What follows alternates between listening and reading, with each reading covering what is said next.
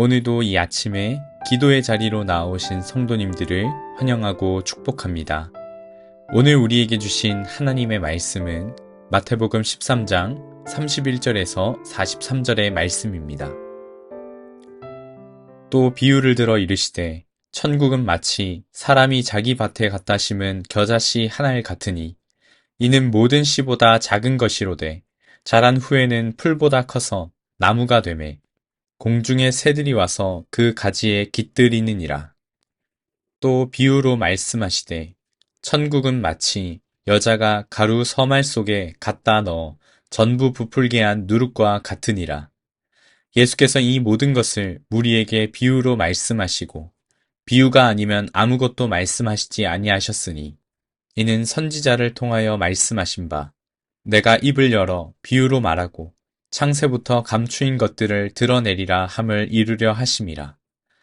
이에 예수께서 무리를 떠나사 집에 들어가시니 제자들이 나와 이르되 밭의 가라지의 비유를 우리에게 설명하여 주소서.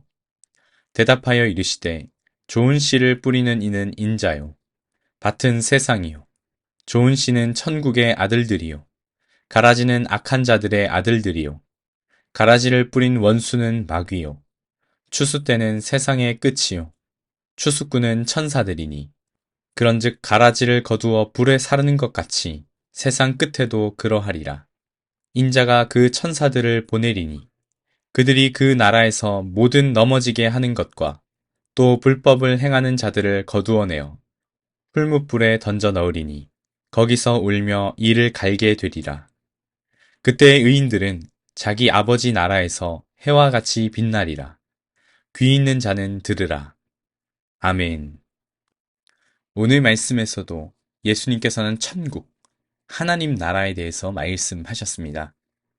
오늘은 여러 가지 비유가 있지만 오늘은 겨자씨 비유에 대해서 함께 말씀을 나누고자 합니다. 예수님께서는 31절에 천국은 마치 사람이 자기 밭에 갖다 심은 겨자씨 한 알과 같다라고 이야기하십니다. 그리고 이 겨자씨는 모든 씨보다 작지만 후에 자라서는 풀보다 커지고 나무로 자라나 공중의 새들이 와서 이 나무에 깃들이게 된다라고 이야기합니다. 이러한 모습이 천국과 같다라고 예수님께서 말씀하십니다. 우리가 이 모습을 보면서 우리 가운데 뭔가 스쳐 지나가는 한 가지의 이미지가 보이시지 않습니까? 우리는 이러한 거대한 나무의 이미지를 우리가 주일 예배 말씀에서 한번 본 적이 있을 것입니다.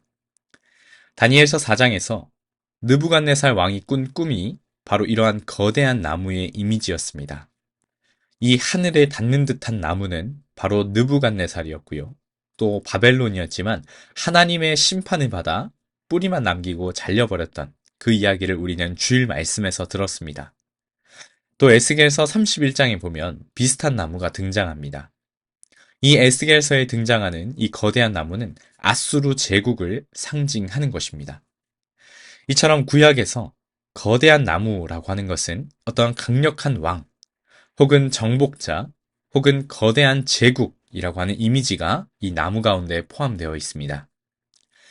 예수님께서는 이러한 구약 속에 등장했던 거대한 나무의 이해를 가지고 겨자씨에 대한 비유를 말씀하신 것입니다. 마치 이런 것이죠. 천국은 이 겨자씨만큼 모든 씨보다 작아 보이지만 이 씨가 자라나면 거대한 나무를 이루면 그곳에 짐승들이 모여서 유익을 얻게 되는 것처럼 천국이라고 하는 것은 그 시작은 미약해 보일지라도 그 끝으로 갈수록 창대하여져서 많은 이들이 모여 천국의 기쁨과 풍요함과 안식을 누리게 될 것이다 라고 이야기하는 것입니다. 그 시작은 모든 시보다 작아 보이고 소망도 없어 보입니다. 지금 예수님의 상황과 같을 수 있죠. 목수의 아들이신 예수님, 그리고 예수님의 제자들은 그 당시에 천대받던 갈릴리 출신의 사람들이었습니다. 예수님과 제자들, 뭐 하나 내세울 만한 건덕지도 없는 이들이 예수님과 제자들입니다. 그런데 예수님과 제자들을 통해서 하나님의 나라가 확장되는 모습을 사도행전에서 보여줍니다.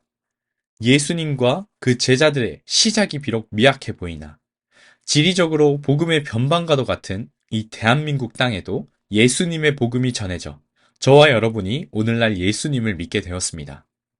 더 나아가서는 우리가 또한 하나님과 복음을 알지 못하는 이들에게 하나님의 나라를 전달하는 놀라운 역할을 우리는 감당합니다. 우리 교회도 마찬가지죠. 강남을 향한 하나님의 꿈, 하나님의 나라. 우리 교회는 비록 미약하게 시작되었을 것입니다. 모든 것이 처음인 개척교회인 우리는 하는 모든 것에 어려움이 있을 것이고 또 이것으로 우리가 무엇을 할 수 있을까 하는 우리의 연약함과 우리의 미약함이 있을 것입니다. 그런데 여기에 하나님의 은혜가 부어지기 시작하고 하나님의 은혜가 우리를 사로잡아 이끌어가기 시작한다면 하나님께서는 그 가운데서도 열매를 맺게 하신다라는 겁니다. 하나님의 일을 이루실 것이고 우리를 통해서 우리의 예상을 뛰어넘는 하나님의 일하심, 하나님 나라의 통치가 임하게 되는 것입니다. 사람은 자기가 가진 것이 별로 없을 때, 내가 너무나 작아 보일 때 우리는 무언가를 하지 못하고 우리는 두려움만 가득합니다.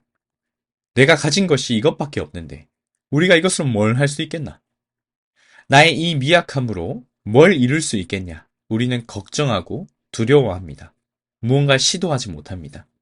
우리가 갖춰진 게 없다고 한다면 아무것도 할 수 없을 것이다 라고 생각을 하는 것입니다.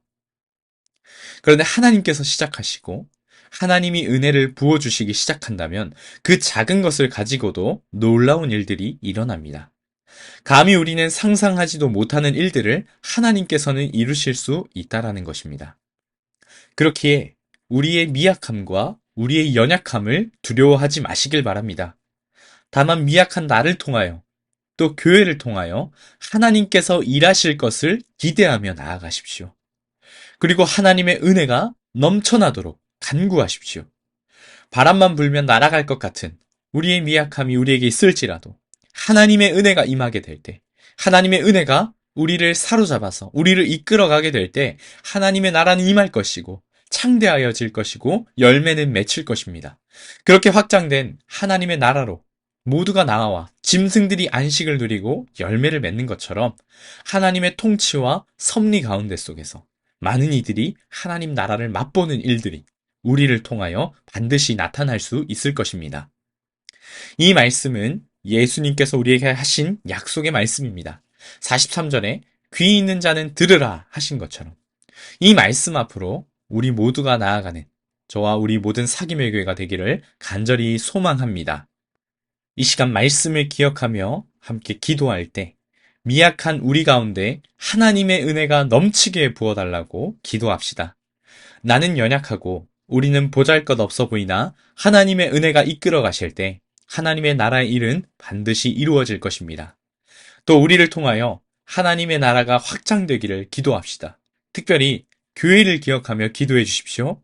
사귐의 교회가 하나님 나라의 확장에 쓰임받고 열매를 맺어 복음이 정말 필요한 이들에게 와서 천국의 안식을 누릴 수 있도록 교회를 위해서 기도해 주시기를 바라고요. 특별히 오늘과 내일 청년부 수련회가 진행됩니다. 그 은혜의 자리에 많은 청년들이 나와서 하나님의 한량없는 은혜를 경험하고 누리는 귀한 시간 될 수 있도록 함께 기도해 주시고 그리고 마지막으로 나라와 가정과 또 각자 가져오신 기도 제목들과 또 지진으로 인하여 고통당하고 있는 튀르키예와 시리아 가운데 하나님의 안식과 하나님의 위로가 함께 할 수 있도록 함께 기도하셨으면 좋겠습니다. 이 시간 가운데 함께 기도하며 나아가겠습니다.